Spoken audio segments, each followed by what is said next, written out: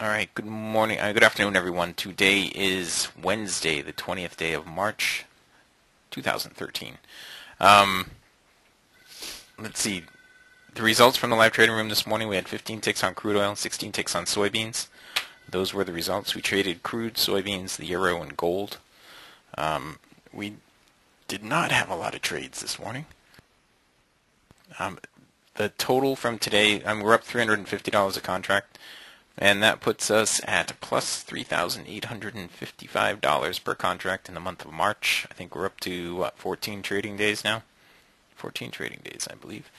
38.55. We need about $470 to be at an all-time high in the live trading room for the month. By the end of the month. So we have a whole week and a half to do that. We took 108 trades so far this month in the live trading room. And to get the 2 points this morning, it took one trade and 29 minutes. 29 minutes. We took 5 trades today in the live trading room. All right. If you have not taken a free trial with us, go to www.cfrn.net/apply. Sign up for the free trial. In the free trial, you get access to everything you see here, all of our indicators, our charting platform. You get to sit in our live trading room with us for 2 hours per day for 5 business days and watch what we do. You can hopefully learn something while you're in there. Figure out what we're up to, what we're doing. You know, how we're putting the trades on. You can ask as many questions as you want. You know, you'll be able to ask Dwayne and myself questions, Bert as well, questions during the live trading room, and hopefully, get all your questions answered. All right. We are giving away an iPad to an active partner tomorrow night. Tomorrow night is a partners meeting. You must be an active partner to get into the iPad drawing, and you also must be an active partner to get into the partners meeting. Let's see, an active partner is what? Well, it's anyone in the mentoring program is an active partner, and if you decide to continue the mentoring program after the 3 months, you are still an active partner. Okay. That is what's happening tomorrow night in the partners meeting. It's going to be an iPad Mini, I believe. And if you are on the free trial and you want to become a partner, you should have something in your inbox that says how to become a partner. If you want to get into that drawing and you're planning on doing it by tomorrow afternoon anyway, the sooner the better, because we have to, to create the video for the drawing and all that kind of stuff. We've got to get it done a little bit ahead of time. Just putting it out there. There'll be other drawings, but just putting that out there for you. If you are on the free trial and you do not have the information to become a partner and you want it, just send us a quick email at support@cfrn.net with the words partner info in the subject line, and we'll send it off to you. All right. Now, on to the trades. First, let's just go over the spreadsheet. Okay. We had 15 ticks in crude oil today, 16 ticks in soybeans. We are at 38.55 on the month in the 14 trading days this month for profit, for gross profit, I'll say. It took us, this is how many minutes it took to get 2 points on each day. Today it took 29 minutes. This is the number of trades it took to get 2 points on each day. And that's the number of trades to get to 2 points. If we just stopped at 2 points every day, this is what we would have so far this month if we stopped at 2 points. We kept trading, obviously. We have 108 trades so far this month. And this right here, $29.91, if you figure $8 per turn, which is excessive, but if you figure $8 per turn for every trade we took as a commission, that's where you would be on the month, $29.91 after 14 days. Okay? Now, trading. Crude oil. Let's start with crude. Look at this. We had crude inventories come out today. So we were kind of careful with crude because of the inventories, but we did take our trades on the crude. Crude is where we got our 2 points this morning, this trade right here. I'll bring out the pictures on this, okay, just so they're in the recording. There are two different types of trades we take across all the time frames that we use. We use a 4-tick range. Across all the markets we use a 4-tick range chart, and we use the same set of indicators. We use the same exact setup. We try to make everything as uniform as possible. Okay, from chart to chart, it doesn't matter what the symbol is. You're looking for the exact same thing. Okay, from chart to chart to chart. It doesn't matter what the symbol is. So you could be trading, lumber. You could be trading crude oil. You could be trading, feeder cattle. You could be trading orange juice. It doesn't matter what the symbol is. You're looking for the exact same thing. Okay. You're looking at the same time frame. It's a 4-tick range chart. That's a range chart. It's not a tick chart. It's a range chart. Okay. That means every bar on every chart that we look at is the same height. Every bar is 4 ticks high on every chart we look at. All right. It's important that you understand that. More about that if you take the free trial. Okay, I'll get into more detail about that in the free trial. Or if you become a partner. What we look for, we draw the trend lines here. When price, you have a bearish cross of the MA1, which is a blue and red line, below the BBC, which is our green line. If price doesn't have enough, if it's got so much momentum, or if it doesn't have enough of a pullback to get back to the BBC, then you would look for the down close, okay, below that with bearish divergence. You look for a down close below the trend line with bearish divergence. That's your entry point.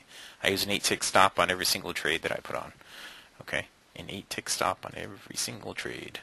What DOM do I use? I use this DOM right here. This is the crude oil DOM for this morning. It's part of DT Pro. Okay. Now that was our first trade right there. Price had pulled down here away from the BBC. It started to pull back up toward it, but there was so much momentum that it didn't pull all the way back up. We got a down close here, and it went sideways for a little while. And I was saying in the live trading room, when we get a down close below this box, we should get a pretty substantial move down. And we did. I took profit at 10 ticks just to get my 2 points out of the way. It pulled back, and it gave another opportunity in here for a short trade. That went a quick 4 ticks, and then it pulled back up to test the BBC. When it tested the BBC right here on the down close, there was blue on the cycle. I had told everyone in the live trading room that I didn't like this trade. I didn't like the way it came together. And hopefully nobody took it. But anyway, it ended up going down. Once it broke out of the box that I had drawn on there, it ended up going down again. I drew another box down here. We didn't really have a trade set up over here, did we? Yeah, I guess we did. No. Did we? Yeah, we did. Sorry. We had another trade set up right in here. But again, I said I was not taking any trades right in there. We were too close to the crude inventories coming out. That's why I wasn't taking any trades in here. Then the crude inventories came out, and all these bars from right here at 10:30 all the way over to here, 10:31, all those were in 1 minute. We let the market go for about a half an hour, and then we finally took a trade again right in here. Okay, we took 5 ticks profit on this trade. I believe it gave us 8 ticks profit at one point, but we took 5 ticks profit on it. Okay, that's right. So what did it work out to?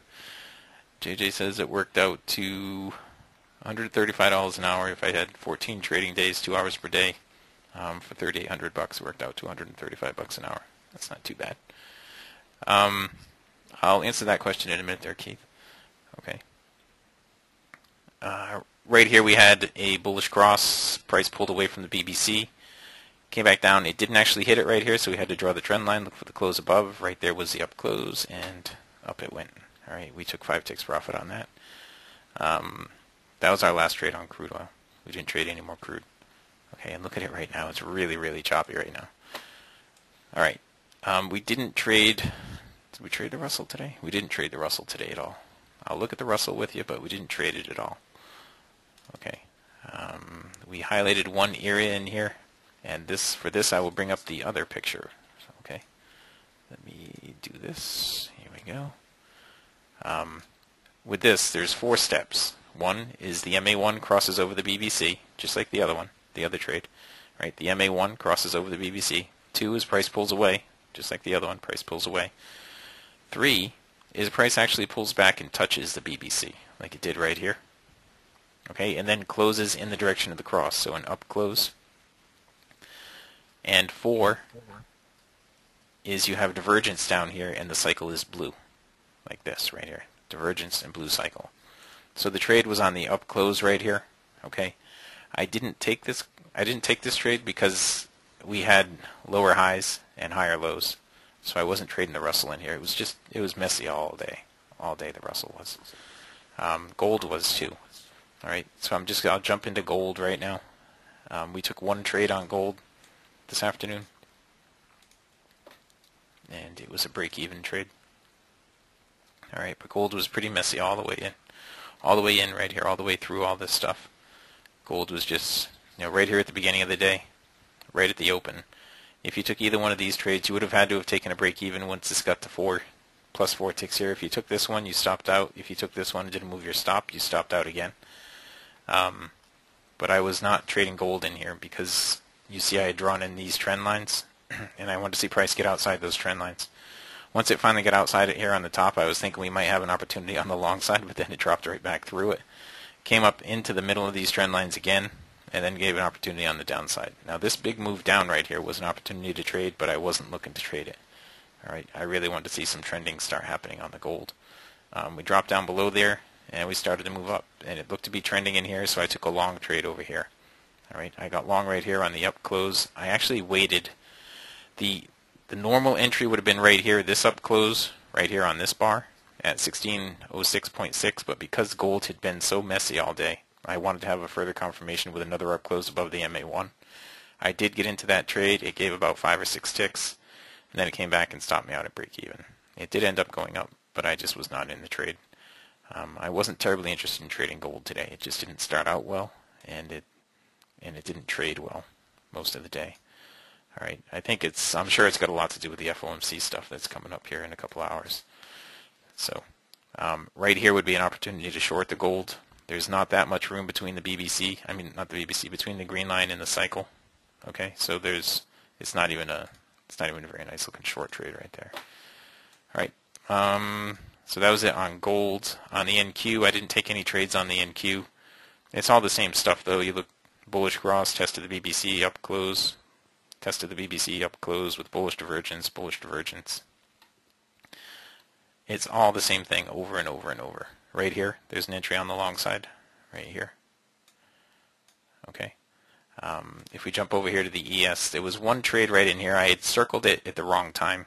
I had originally drawn my trend line like this instead of in there because I couldn't see the bottom of that bar. And I had drawn my trend line like that, so we didn't see the trade opportunity there, which is probably good because it would have stopped out anyway. But that was all there was on the ES. The ES was just choppy and sideways. There was no opportunity in there on the ES really.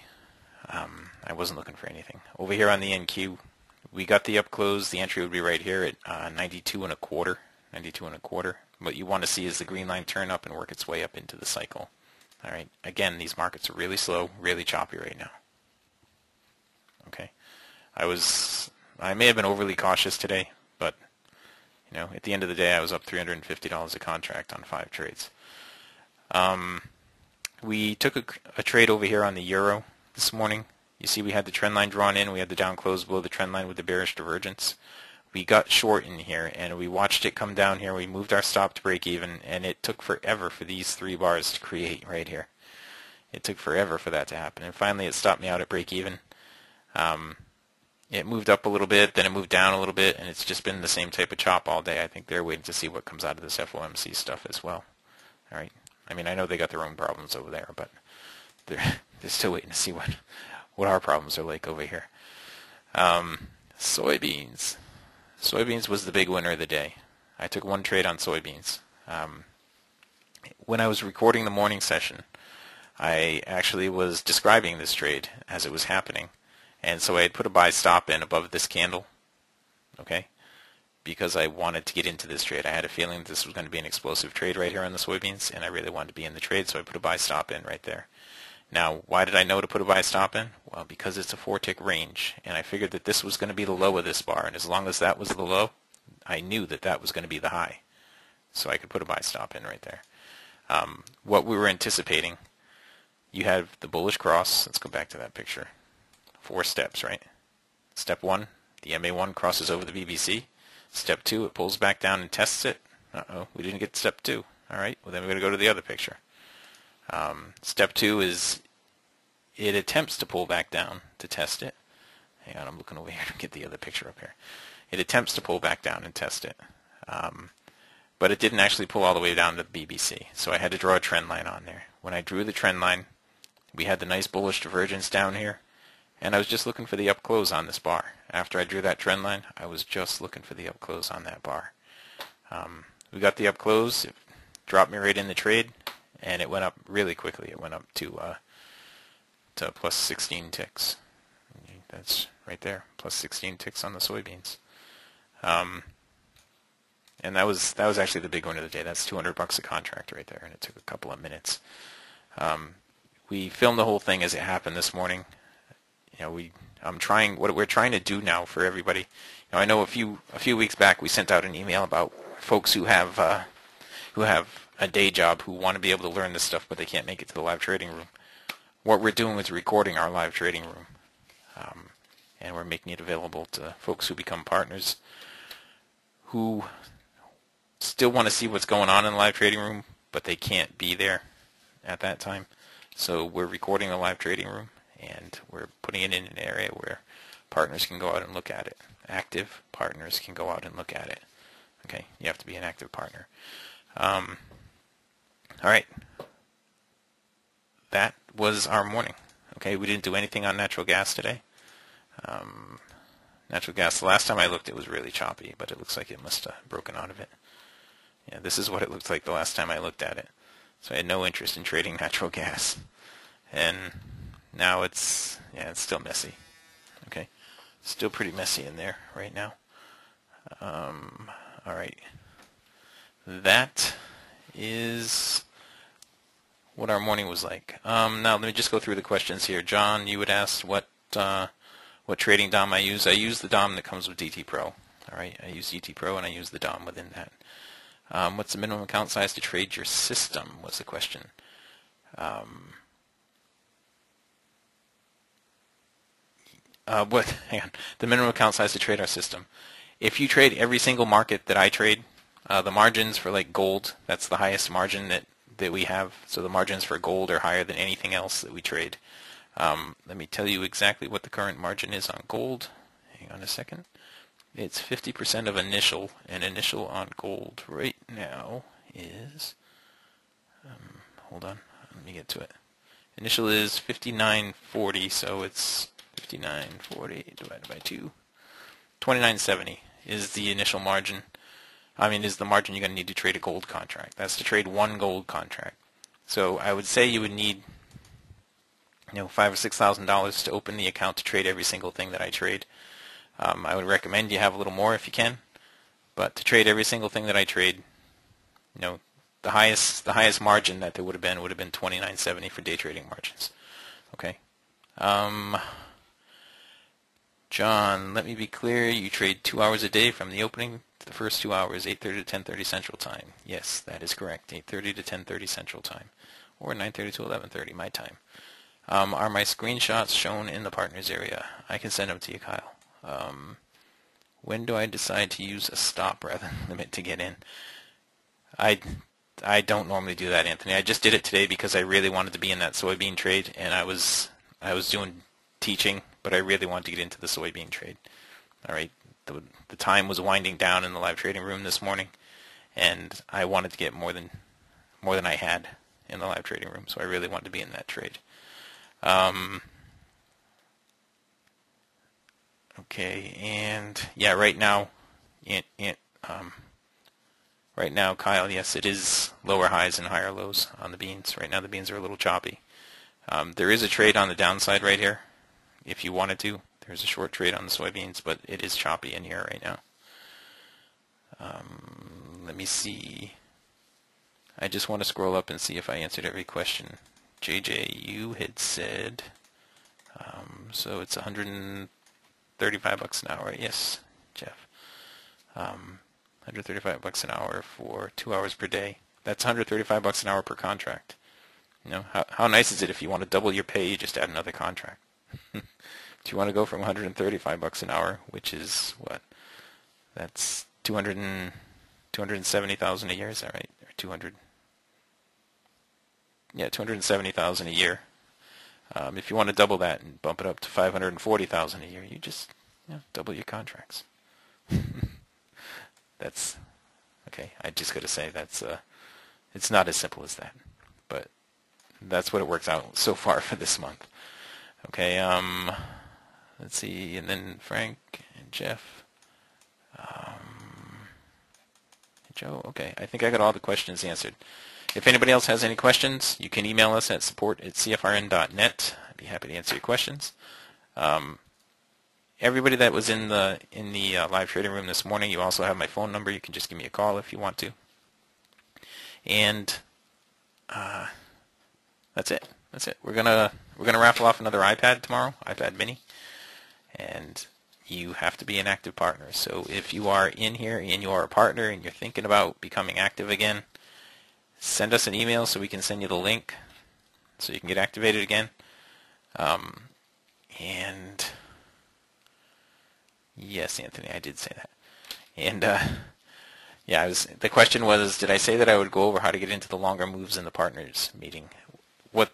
What I was really referring to was how to get into longer moves using the black line method. And you guys know, the partners know, that I only do that for the partners. I don't do that for I don't do that in the live trading room. Okay, that's what that was all about. So I'll do that in the partners meeting tomorrow night. It would have had you long here a minute ago on soybeans. Actually, it would have had you long right over here on soybeans. I think, yeah, right in there on soybeans. All right, that's it. With all that, guys, I think I'm going to wrap up the recording here. If you haven't taken a free trial with us, go to cfrn.net/apply. If you want to become a partner and you don't know how, send us an email at support@cfrn.net. All right, that's it. Wrapping up the recording.